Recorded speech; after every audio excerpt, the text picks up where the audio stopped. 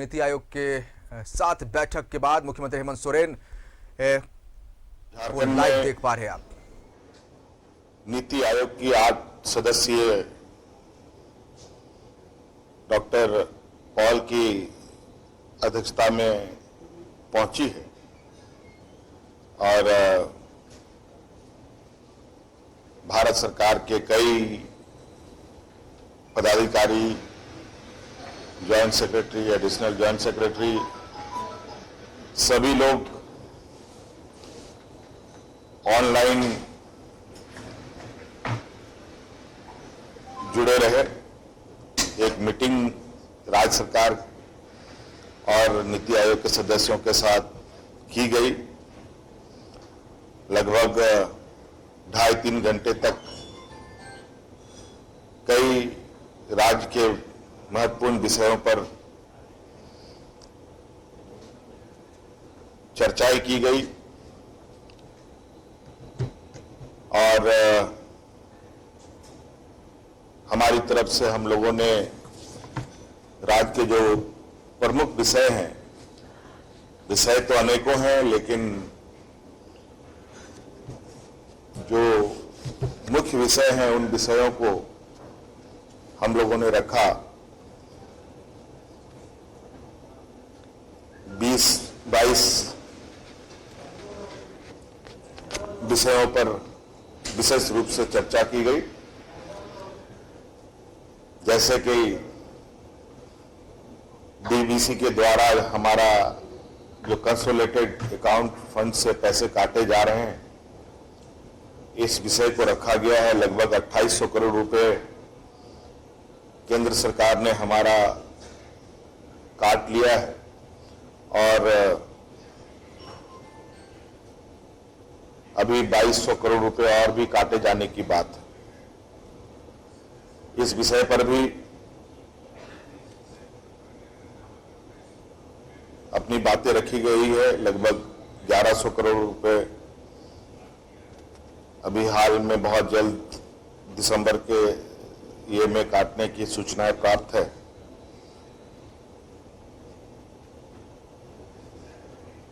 इस विषय पर आगे का समाधान डीवीसी को लेकर जब तक ना निकले, इस विषय पर तब तक इस पैसे का काटना केंद्र सरकार बंद करे, ये आग्रह हम लोगों ने किया। और उसी तरीके से भारत सरकार उपक्रम जो सीसीएल कोल इंडिया कंपनी है, इन कंपनियों का राज्य सरकार को रॉयल्टी जो एड वैलोरम आधारित होता है वो नहीं देना, वासरी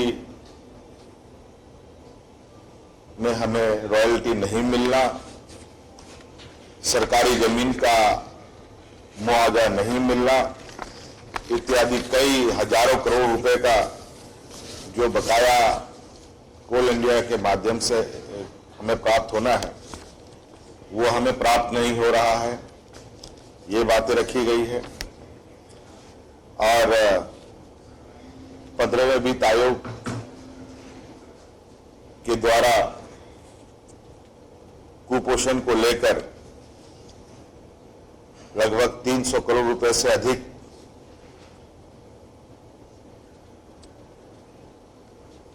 का जो पैसे आवंटन का भी आग्रह हम लोगों ने किया है। इसके अलावा जो हम लोगों के राज्य में शैडो एरिया है, पलामू गढ़वा क्षेत्र, वहां जो अभी पाइपलाइन द्वारा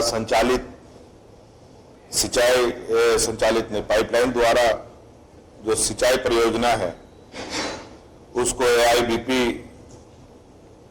में इंक्लूड करने का भी आग्रह हम लोगों ने किया है, ताकि ये योजना चालू जल्द से जल्द हो और जो हमारा वो सूखा क्षेत्र है, शैडो एरिया है, वहां के किसानों को सिंचाई की समस्या समाप्त की जा सके।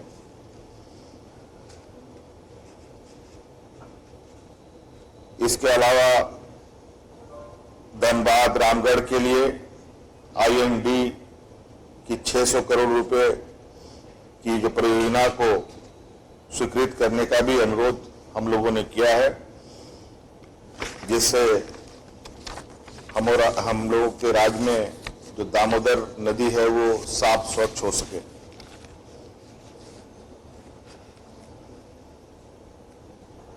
और इसके अलावा PMAY में करीब 3 लाख छूटे हुए लोगों को जो प्रधानमंत्री आवास है, जो केंद्र सरकार ने जो पोर्टल बंद किया है, उसको खोलने का आग्रह किया गया है ताकि उन गरीबों को आवास हम लोग उपलब्ध करा पाएं।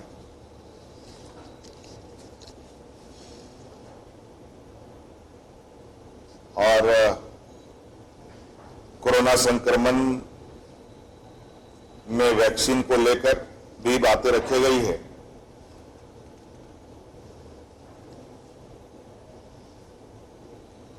जो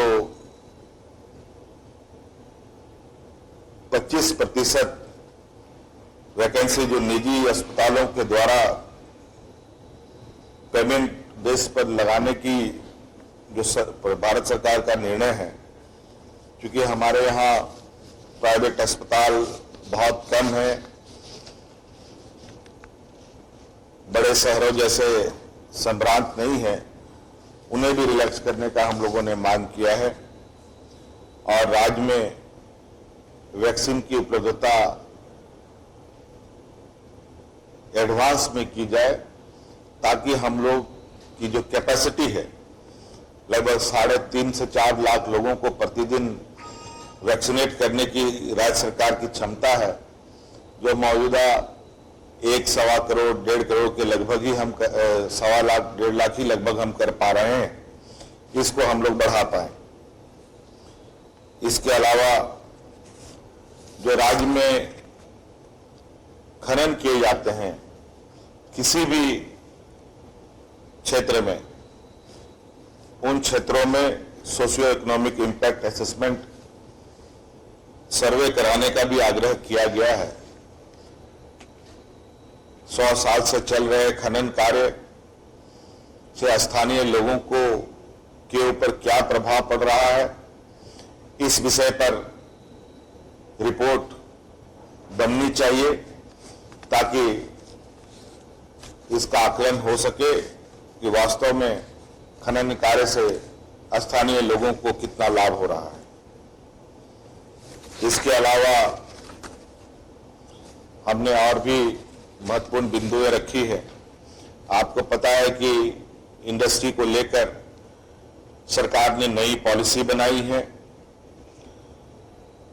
और राज्य में नए उद्योग के साथ साथ छोटे उद्योगों को भी पुनर्जीवित करने का कार्य योजना तेजी से चल रहा है। इसके साथ हम लोगों ने दिल्ली में भी इंडस्ट्री पॉलिसी का लॉन्च किया, जब उस दिन लगभग 10,000 करोड़ का निवेश का प्रस्ताव भी प्राप्त हुआ है।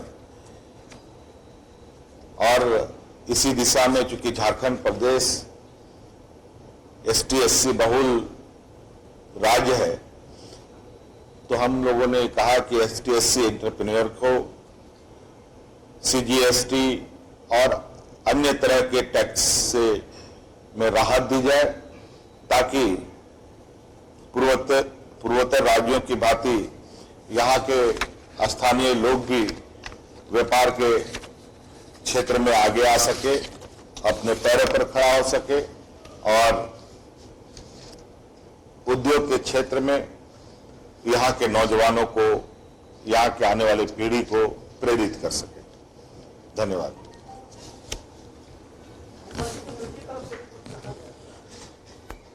उनके तरफ से भी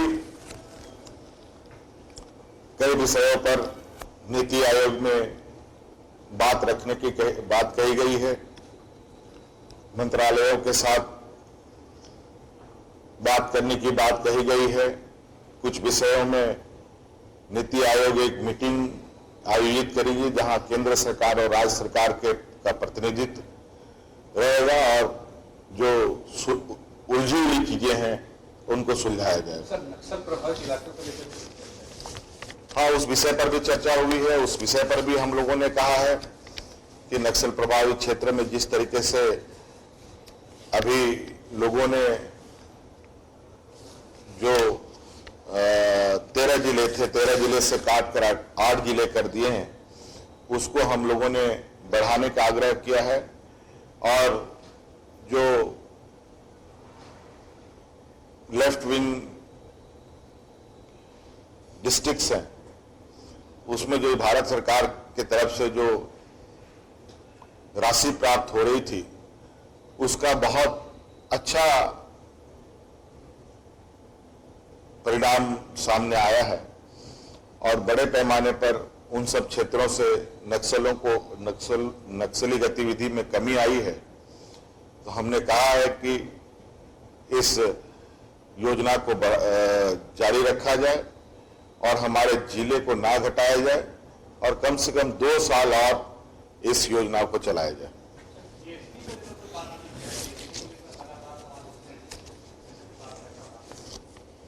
जीएसटी को लेकर के भी बात रखी गई है, लेकिन अभी कानपुर में जीएसटी काउंसिल की एक मीटिंग होने जा रही है। इन्होंने आश्वस्त किया है कि उस मीटिंग में कुछ ना कुछ पॉजिटिव निर्णय आएगा, क्योंकि जीएसटी में अभी भी हम लोग को लगभग 1800-1900 करोड़ रुपया का बकाया भारत सरकार में है, जहां से हमें प्राप्त होना है। अब कुछ दिनों में जीएसटी काउंसिल की बैठक होनी है, हम उसका इंतजार करेंगे, देखते हैं उसमें हमें क्या राहत मिलती है। ये बैठक को आप कैसा मानते हैं? मतलब अच्छा रहा? पहली बार बैठक हुई है और मुझे उम्मीद है, और पॉल साहब ने यह आश्वस्त किया है कि बिल्कुल संघीय ढांचा का जो व्यवस्था है उसको मजबूत करना है और उसी उद्देश्य के साथ ये आए हैं। और हमने भी इस बात को आश्वस्त किया है कि बिल्कुल संघीय ढांचा के हम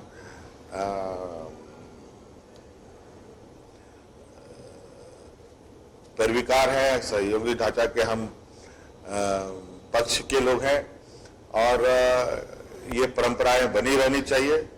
और चूंकि ये पहली मीटिंग है, अगर इसमें अच्छा परिणाम आएगा तो मुझे लगता है कि पहला अच्छा तो आखिरी भी अच्छा होगा।